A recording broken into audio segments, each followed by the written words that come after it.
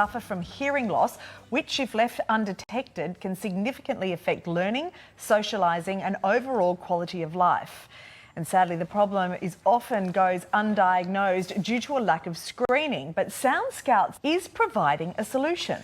The Sound Scout app is a clinically valid hearing check available to parents, schools and healthcare professionals. The online app is suitable for children 5 years and over and can be done without the involvement of a clinician or any other equipment.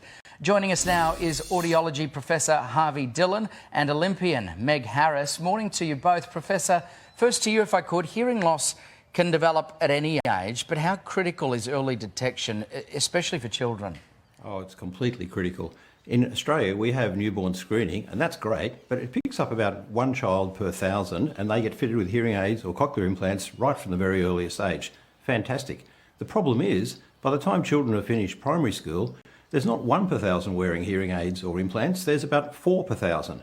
And those additional 3 children per 1,000 have got their first hearing aids at any time during primary school. And typically, what usually happens is that they're just not doing well. Somebody eventually asks the question, might they have a hearing loss? And people, often with some delays, get around to a hearing loss. So that's what we're trying to minimise. We're trying to minimise that delay between a child starting school and struggling, perhaps for years, just because they can't really understand what's happening around them in the classroom. So, Professor, this app That's where Sound Scouts means comes that in. parents at home will be able to add to that the chance of a child being diagnosed earlier.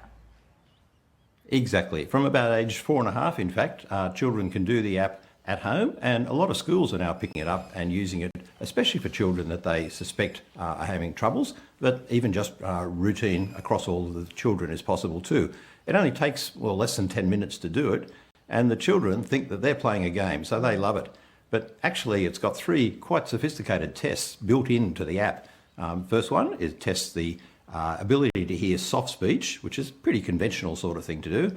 The next one tests the ability to hear speech when there's background noise around, and not just any noise. It's like people talking at them from different directions, but they have to do what the character straight in front of them tells them to do in the game. And the third one is actually really sophisticated. It's like a bird call wavering around, and there's noise around with energy at other frequencies. And if they've got a good inner ear, and if they've got good auditory processing pathways in their brain, then they can hear down, like most of us can, and pick out that bird call in the midst of that surrounding noise. But if there's something wrong with the inner ear or the auditory processing pathways, they won't be able to do that as well as those around them. So between the 3, it's pretty sophisticated, and the algorithm then looks at all 3 results and says, hey, there's a problem, and gee, we think either you've got a permanent hearing loss or you've got problems in your middle ears, long-standing problems perhaps that are causing blockage, or you've got problems in the auditory processing pathways in your brain.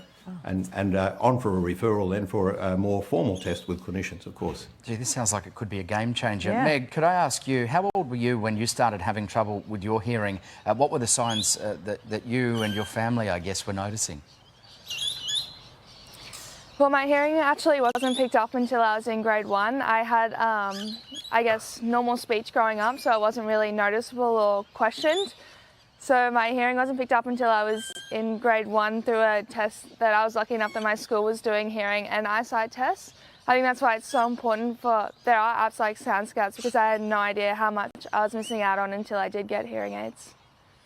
Well, Meg, thank you very much for telling us about it. I can only imagine that an app like this will be a game changer for just so many people. Professor Meg, thank you both for being with us.